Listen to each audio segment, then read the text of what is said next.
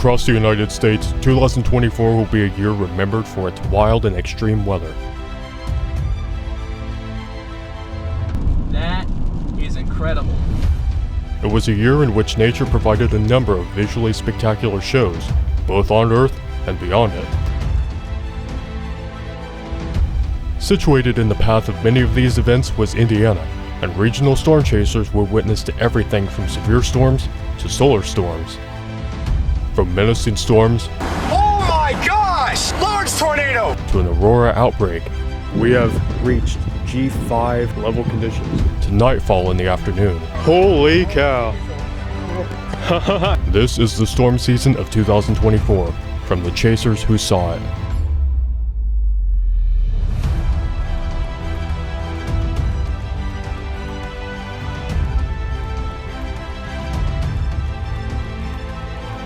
The season didn't waste any time getting started. Late February saw the sky come alive once again, and Indiana was on track for its first tornado risk on February 27th. Capping was too strong for severe weather in central Indiana, but further to the north, storm chasers James B. and Norman Smith had better luck. Power flash! Tornado! Tornado on the ground!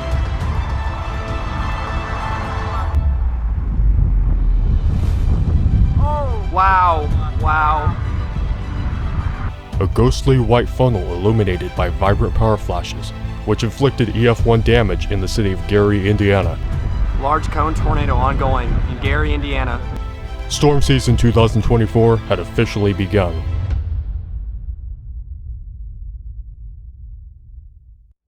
But this was only the beginning. With severe weather favored during an ENSO transitional year, outbreaks of severe thunderstorms were set to strike the Midwest. The next tornado outbreak came on March 14th, and this time, it was deadly. A morning MCS gave way to clearing skies. With a zone of strong surface heating ahead of the main shortwave, rapid destabilization took place over Indiana and Ohio. In an environment of intense wind shear, new updrafts began to blossom in Indiana, destined to be supercells. Oh yeah. Look at this. I stood beneath this large updraft, unaware that it would produce a killer tornado only hours later. But I soon found myself in the path of another developing supercell, and took a direct hit. We do have hail. Additional severe storms moved through Indiana, but cells really became tornadic once they entered Ohio. Have a very large RFD cut here. Oh, large funnel, large funnel. Right there. Oh my gosh! Large tornado! Near the town of Genera, Ohio, James B. intercepted this well-developed tornado.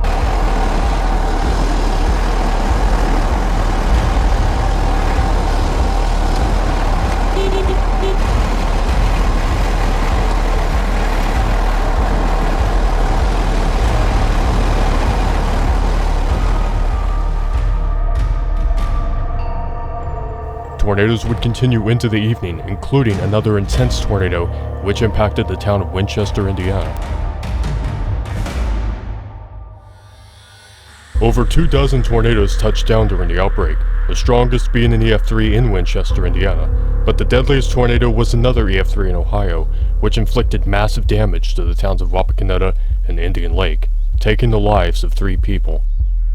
It's chilling to know that I stood under the updraft, which would eventually cause this destruction.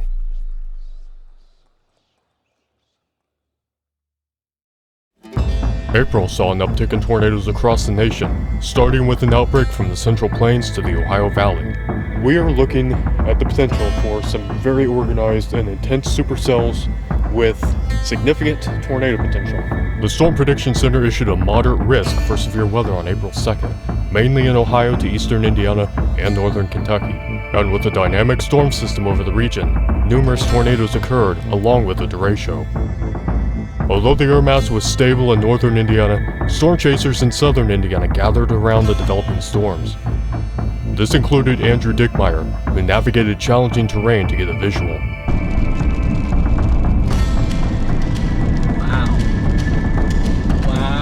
Wow. That is incredible.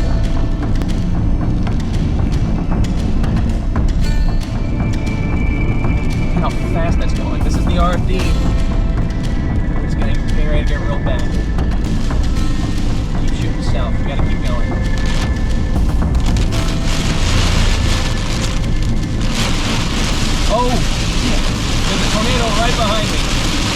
If I was there maybe 5 minutes earlier, that could have been really bad.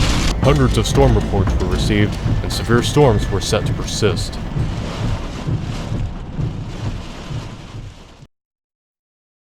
But only days later, Indiana would experience a very different spectacle of nature, one which captivated the nation as it overtook the sky. The Great American Solar Eclipse. Here we go. Wow. April 8th, the day had finally arrived, and excitement was building. I traveled to the small town of Montpelier, Indiana, which sat firmly within the path of totality as it swept over my home state. And we have arrived in Montpelier, Indiana, at the park, where we're hoping to get a view of the eclipse here in a couple hours. As the afternoon wore on, and we got our gear set up, a crowd of people began to gather. We were all there for the same reason, and as the sun was progressively darkened, my adrenaline was pumping. Before our very eyes, the ambient environment was getting darker and darker. Well, look at this. Wow. That lighting. Oh, here we go. Here we go. Look how dark it's getting. We're seconds away. Yeah. Look, you can see the shadow. There's the edge of the shadow. And then, the moment arrived. Totality. Holy cow. A great shadow which turned day into night, and left me in awe. Yeah, you can plainly see the corona. We were witnessing the most spectacular celestial event I've ever seen, and loving every second of it. For a little over 3 minutes, we stood within this enormous shadow, catching views of the dancing solar prominence which lined this incredible ring of light. That is amazing. Oh my gosh. Just as suddenly as it had appeared, the shadow retreated to our east, and the sun's brilliant light returned. Uh-oh, there it goes.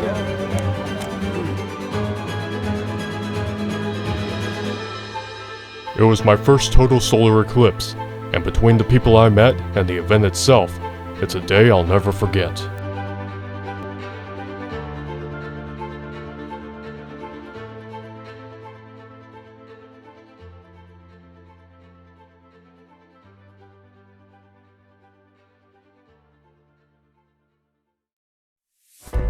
The threat for strong tornadoes returned to the region on May 7th, and indications look promising for supercells. This is an interesting risk, and it places a threat for strong tornadoes over Indiana, Ohio, and Kentucky.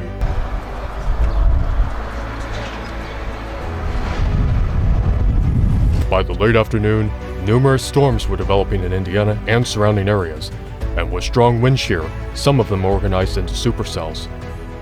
I'm headed out again. Wow, nice structure right next to me though. On this, look at that.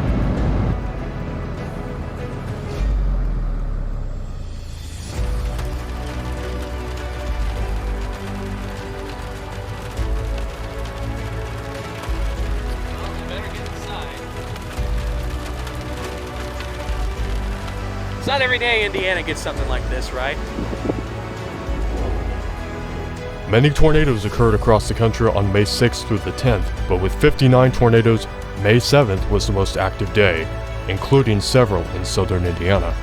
As I chased into Grant County, I was too late for the main show. Only 3 days later, a very different kind of storm hit Earth, and this one was historic. During the period of May 10th to the 12th, a series of major geomagnetic disturbances impacted Earth, giving many in the country a spectacular view of the aurora. The May 10th geomagnetic storm reached G5 level, the highest classification on the scale, and was the strongest in over 20 years. We have reached G5 level conditions. Incredibly, this was only a taste of what 2024 had for aurora experiences. As we reached the peak of an active solar cycle, we were bombarded by numerous geomagnetic storms through the summer and fall. Between 2011 and 2022, I didn't see the aurora at all. But in 2024, I saw it at least 6 separate nights, all from Indiana. It was an incredible series of experiences which dominated 2024, and I'm thankful that so many of us were able to witness it.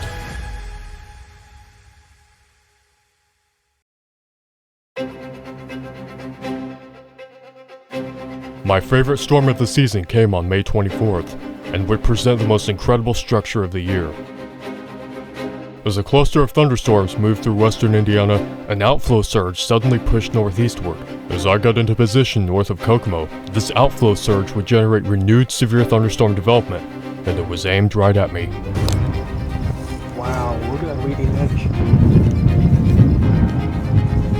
Man, I love this coloration. With each passing moment, the shelf became even more defined, paving the way for a deep blue precipitation core.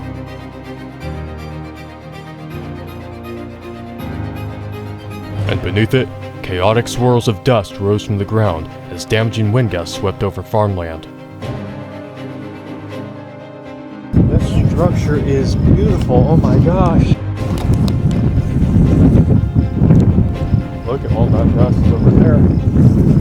That is insane. Photogenic as heck.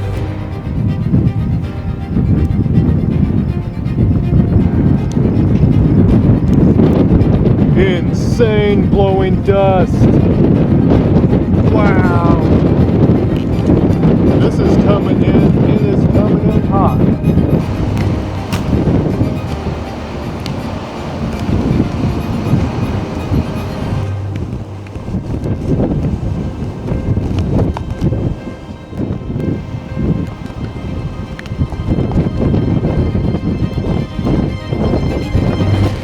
Driving back through pouring rain, I witnessed some of the damage left by the storm. Finally, I had gotten a successful storm intercept, which reinforced my love of weather.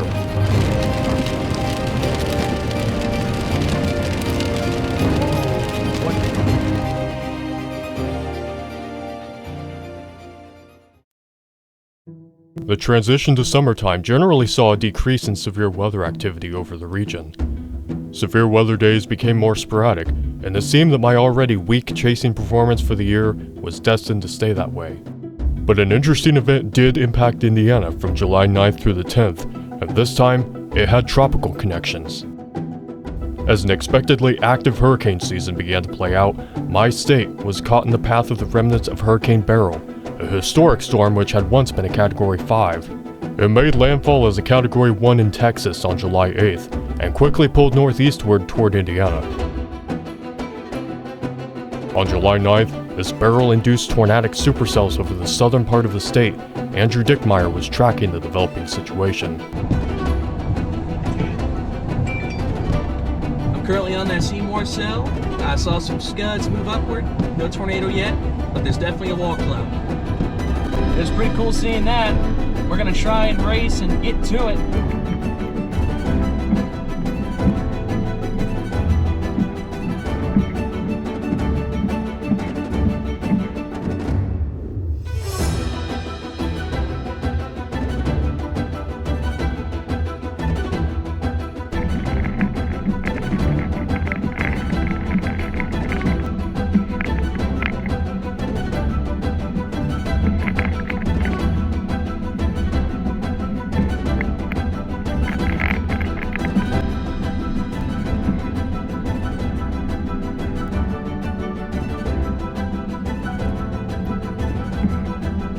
Ominously dark clouds hovered just over the ground, each with its own menacing presence. The strongest tornado of the day struck near Mount Vernon, Indiana, inflicting EF3 damage but thankfully taking no lives. The next day, Beryl's remnants brought strong wind and heavy rain to northern parts of the state. With 50-mile-per-hour wind gusts creating tropical storm-like conditions, I went out to get a view and experience this rare event.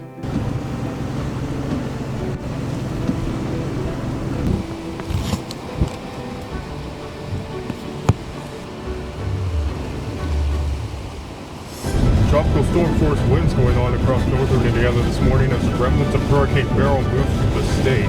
We have had some wind gusts of at least 45 miles per hour in some of these areas.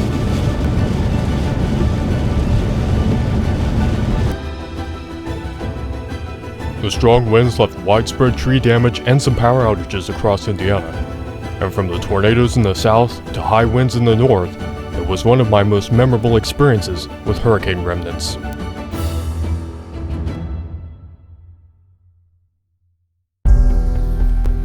The rest of summer was only marked by sporadic chase days and hit-and-miss events. Some warm days saw thunderstorms drifting over Indiana, and some nights offered amazing lightning displays.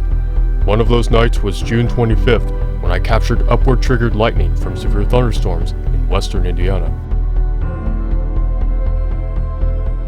A few more nights featured different kinds of severe storms, from a random supercell on June 14th to a derecho on July 15th, which produced several power flashes. Yep, power flash. There we go. My final chase of the season came on September 20th, shown here in this never-before-seen footage. It was a marginal risk day, and a few storms had the potential to produce microbursts. My initial target was a damaging cell over southern Kokomo, which had indeed produced a wet microburst.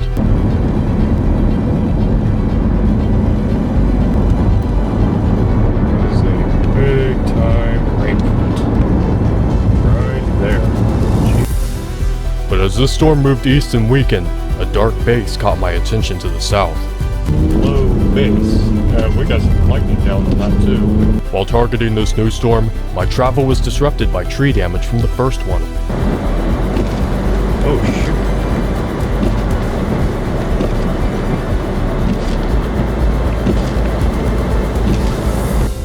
shoot. I finally got a visual on the shelf cloud as I moved through southern Kokomo, before catching up with the storm in Tipton County. Ooh, that's low.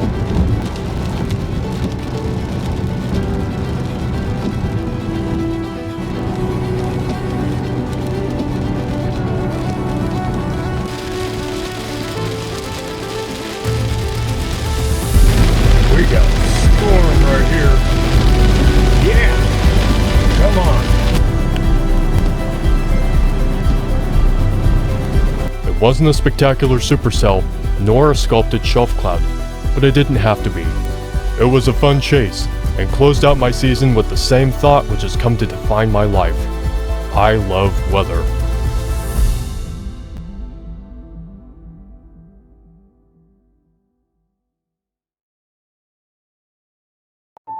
The conclusion of 2024's incredible Aurora Marathon came in October, 5 months after the G5 storm on May 10th.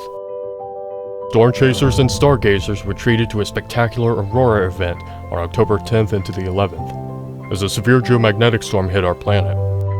My adrenaline seemed to pulse with the undulating lights engulfing the sky. It had been the most amazing space year I'd ever seen, and now, I was witnessing the best Aurora display I've seen so far. It was a fitting end to the year's solar spectacles. And 9 days later, I was able to join my fellow Indiana storm chasers in the city of Muncie. There, we attended the 2024 Central Indiana Severe Weather Symposium, where we spent the day hearing captivating lectures and recalling the year's events. I was finally able to meet up with Andrew, and had the pleasure of meeting storm chaser Jay Lesick. For many of us, 2024 had so much to offer. It was the most amazing year of astrophotography I've had so far, from a total solar eclipse, to vivid aurora shows, and even a comet late in the fall. It had many severe weather opportunities, but from a personal perspective, I can't help but feel like I let myself down. Between scheduling conflicts and limited resources, I failed to optimize my storm chasing success, and missed some incredible events as a result.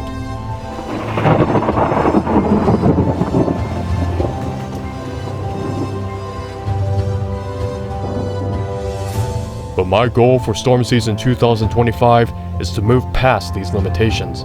With better technology and an unrelenting passion, my goal is to strive for more success than I've ever had. The years ahead will feature many incredible storms, and I hope to be there for them. So here's to storm season 2025.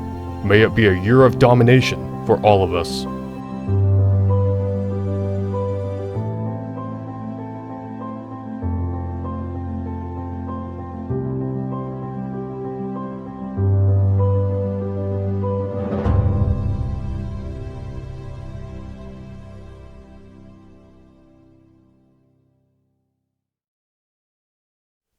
I wish to extend my sincere appreciation to storm chasers Andrew Dickmeyer, James B., and Norman Smith, whose captivating footage made this project possible, and whose support has been extremely important to me.